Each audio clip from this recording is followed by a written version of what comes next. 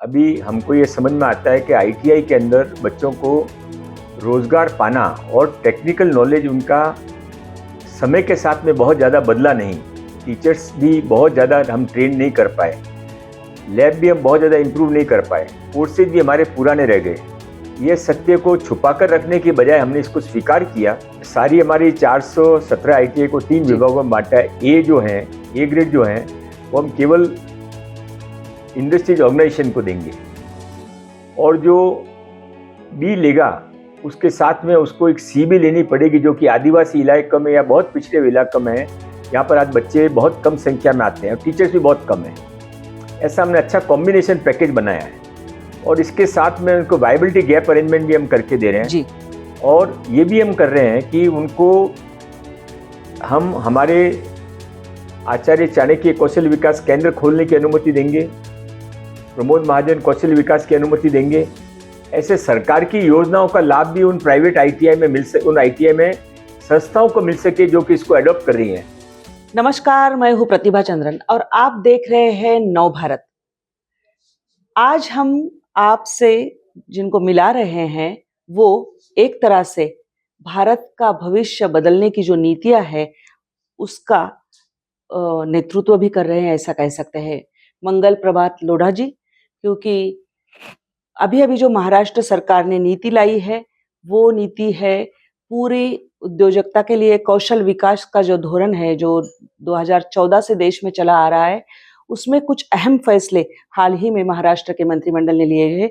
हम सर से ही जानते हैं कि क्या कुछ है इस नई नीति में, जिसके चलते एक माहौल ऐसा बन जाएगा कि लोगों को, युवाओं को रोजगार मिले और उनके लिए, उनको रोजगार के लिए काबिल बनाया जाए। सर, आपका बहुत बहुत स्वागत है नव भारत में। ये जो नई नीति और पीपीपी का जो धोरण लाया गया है, तो क्या अहम फैसले अभी हुए हैं जिसके चलते इसमें काफी सारे बदलाव आएंगे, एक प्रशिक्षण का एक बड़ा माहौल बनेगा और कोर्सेज कौन से दिए जाएंगे? जब आईटीआई का शुरुआत की गई थी जी। उस समय महाराष्ट्र में इंजीनियरिंग कॉलेज बहुत ज़्यादा नहीं थे।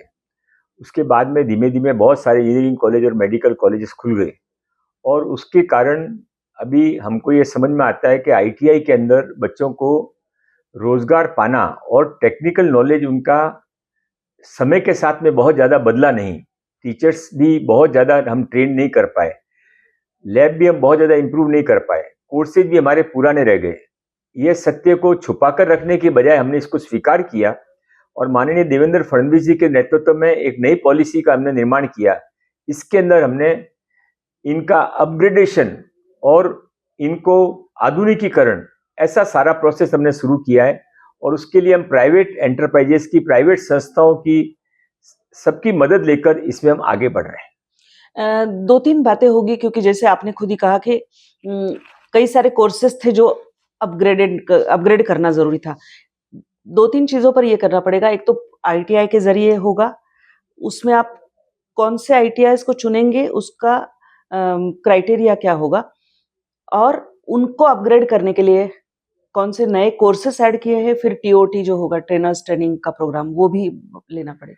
नहीं, हमने सारी हमारी 417 आईटीआई को 3 विभागों में बांटा है। ए ग्रेड जो हैं वो हम केवल इंडस्ट्रीज ऑर्गेनाइजेशन को देंगे, और जो बी लेगा उसके साथ में उसको एक सी भी लेनी पड़ेगी, जो कि आदिवासी इलाकों में या बहुत पिछड़े इलाकों में है।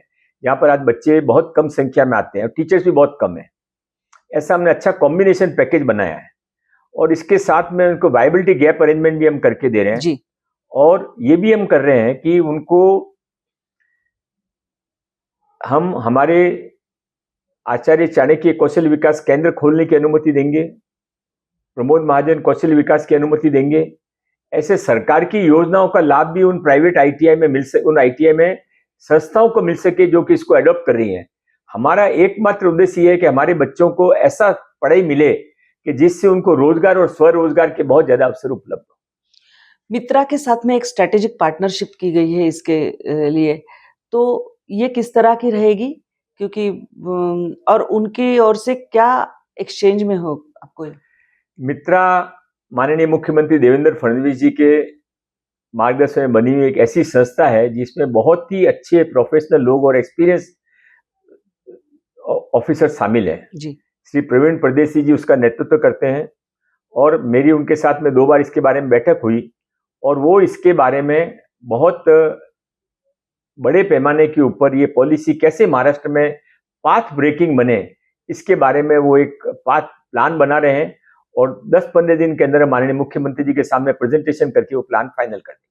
कोर्सेज जो है वो बहुत बदलना ज़रूरी हो गया है क्योंकि एआई टेक्नोलॉजी आ रही है, साइबर में बहुत सारा आ रहा है, ऑरेंज इकोनॉमी में अगर हम बात करें तो कई सारे बदलाव आ रहे हैं और कंटेंट क्रिएशन इकोनॉमी भी बहुत तेज़ी से बढ़ रही है।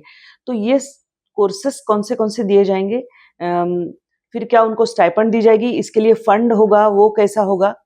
नहीं, ऐसा है कि जैसे एग्जाम्पल के लिए महिंद्रा एंड महिंद्रा एक कंपनी है, उनको अपने ऑटोमोबाइल फैक्ट्री के लिए लोग चाहिए। उनका बड़ा एचआर डिपार्टमेंट है जो लोगों को 2-2 महीने की पगार देता है, लोग लेके आओ। हम तो 1 रुपए की हम उनसे कोई कमीशन मांग नहीं रहे, हम तो कह रहे हैं हमारे महाराष्ट्र के बच्चों को आप रोजगार दो।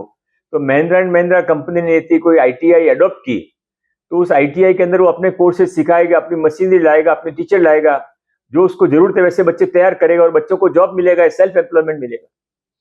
इसके लिए जो प्राइवेट पार्टनर्स आना चाहते हैं उनके लिए क्या प्रक्रिया होगी? किस तरह से वो आपके साथ में जुड़ पाएंगे जिसके चलते वो प्रोग्राम आगे हम पब्लिक टेंडरिंग करने वाले हैं, इसका एडवर्टाइजमेंट करेंगे और एडवर्टाइजमेंट करके जो बेस्ट संस्था आएगी उसमें कमेटी की नियुक्ति कर रहे हैं, वो बेस्ट संस्था उसको फाइनल करेगी। कब आप सोच रहे हैं कि ये प्रोग्राम किक स्टार्ट हो जाएगा और पहला 6 जून को छत्रपति शिवाजी महाराज के राज्याभिषेक के दिन से हम इस प्रोग्राम की शुरुआत करने वाले हैं? और सर क्योंकि ये एक बहुत गेम चेंजर होगा, मतलब आपके नाम में एक ये है कि मंगल प्रभात, एक तरह से ये मंगल प्रभात ही लाएगा युवाओं के भविष्य में। तो 5 साल में ये आप कहाँ देखते हैं जाते हुए? कितने लोगों को ट्रेनिंग देने का लक्ष्य रखा हुआ है? ये सारा माननीय मुख्यमंत्री देवेंद्र फडणवीस जी के मार्गदर्शन और नेतृत्व में हो रहा है। हम सब उनके नेतृत्व में और उनके मार्गदर्शन में लगातार उनसे गाइडेंस लेकर काम करते हैं। हमारा टारगेट है कि हर साल हमने पहले मिनिमम 25 का रखा है, पर हमारा टारगेट 100 का है। 100 आईटीआई देंगे। 100 आईटीआई दी जाती है तो एक आईटीआई के अंदर कम से कम 300 बच्चे भी होते हैं, तो 30,000 बच्चों को पहले साल स्पेशल ये अलग से कोर्सेज करने को मिलेंगे और अगले साल बढ़ के वो 60,000 हो जाएंगे, उसके अगले साल 90,000 हो जाएंगे। हर साल हम 100 आईटीआई को प्राइवेट प्राइवेटाइजेशन में देने वाले हैं। वैसे मैं दर्शकों के लिए बता दूं कि महाराष्ट्र में लगभग प्राइवेट और सरकारी दोनों मिलकर 1042 आईटीआई है और इस तरह से अगर सब संस्थाएं जुड़ जाती है तो हो सकता है 5 साल में लगभग 2-2.5 लाख से ज्यादा युवा और ये सफल होगा। माननीय देवेंद्र जी का एडमिनिस्ट्रेटिव पावर और फ्यूचरिस्टिक सोच बहुत बड़ी है। अभी अपने वेव्स में देखा है कि सारी दुनिया को उन्होंने किस तरीके से महाराष्ट्र के साथ जोड़ दिया। ये स्कीम भी सफल होगी। एक 2-3 चीजें हैं जिस तरह से ये कौशल विकास होगा, उसके साथ में स्टार्टअप की जो पॉलिसी है वो और एवीजीसी पॉलिसी में भी काफी सारे बदलाव आ रहे हैं। इनको हैंड इन हैंड मिलकर चलना पड़ेगा, इंटीग्रेशन होना पड़ेगा। उसके लिए किस तरह से ये हो रहा है? ये आपने सही सवाल किया। मैं नवभारत का बहुत बहुत धन्यवाद देना चाहता हूँ कि नवभारत एक ऐसा अखबार है जो कि लगातार लोगों के विषय और लोगों की समस्याओं को सरकार और समाज के सामने रखता है। रोजगार, बेरोजगारी एक बड़ी समस्या है। तो स्टार्टअप पॉलिसी के अंदर माननीय देवेंद्र जी ने हमको ऐसा मार्गदर्शन किया है कि स्टार्टअप नेक्स्ट डोर, अभी स्टार्टअप शहरों से निकल के गांवों में जाए और हमारा टारगेट है कि स्टार्टअप केवल कुछ लोगों के साथ में न रहकर, कोई जमाने में भारत सोने की चिड़िया इसलिए कहा जाता था कि हर घर के अंदर फैक्ट्री चलती थी, वापस वो स्थिति है कि हर बच्चा और हर घर के अंदर कुछ न कुछ काम हो रहा है, वो स्टार्टअप है। अहिल्या देवी का अभी चौंडी गांव में भी, क्योंकि अभी उनकी 300वीं जयंती है, उसके उपलक्ष्य में कई सारी नीतियां भी बनाई कि जो महिलाओं को खास तौर से पूरा इंक्लूजन उनका हो इस पूरे प्रोसेस में, और उसको बढ़ावा देने के लिए ये नई नीति में क्या है? महिलाओं के लिए कुछ खास प्रावधान है क्या? महिलाओं के लिए विशेष प्रावधान रखा जाएगा, उनके लिए विशेष आईटीआई भी बनाई गई है और इसके अलावा चौंडी के अंदर माननीय मुख्यमंत्री देवेंद्र फडणवीस जी के मार्गदर्शन में हमने वहां पर चौंडी में एक आईटीआई को महिला आईटीआई के रूप में कन्वर्ट करने का निर्णय भी चौंडी की मंत्रिमंडल की बैठक में लिया। तो लगभग 2-2.5 लाख से ज्यादा अगले 5 साल में इसमें प्रशिक्षण में दिया जाएगा। ज्यादा लोगों को मिलेगा जी। इसमें हर साल हम वैसे ही हमारे बच्चे 2 लाख बच्चे हैं, पर अभी ये बढ़ने के बाद में, ये पॉलिसी सक्सेस होने के बाद में हमारे बच्चों की संख्या भी बढ़ के 5 लाख चली जाएगी। हर साल 5 लाख बच्चों को, किसी को 6 महीने के, किसी को 1 साल का, किसी के 2 साल का, ऐसा टर्नओवर कुल मिला के 3 लाख बच्चे ITI से रोजगार या स्वरोजगार पाएंगे 1 साल के बाद। अ, आपका इसमें मैं अंतिम ये चाहती हूँ कि आपके लिए ये पॉलिसी आपके इसमें किक स्टार्ट हो रही है और आगे बढ़ने वाली है, आपके लिए क्या मायने रखती है? नहीं, मेरे लिए हर काम मायने रखता है, ये पॉलिसी भी मायने रखती है, पर मैं बहुत ईमानदारी से कहना चाहता हूँ, इसमें सभी अधिकारियों ने माननीय देवेंद्र फडणवीस जी के नेतृत्व में और उनके सीएमओ के साथ में मिलकर काम किया, और अब हम ये पे स्ट्रेटेजिक पार्टनर के रूप में मित्रा के साथ में प्रवीण परदेशी के साथ में मिलकर इस पॉलिसी को सक्सेस करने में लगे हुए हैं। जी, बहुत-बहुत धन्यवाद, आपने नवभारत से बात की। उम्मीद करते हैं कि इससे रोज़गार का एक बहुत बेहतरीन माहौल हमारे राज्य में बने और युवाओं के लिए एक अच्छा नया अवसर हो।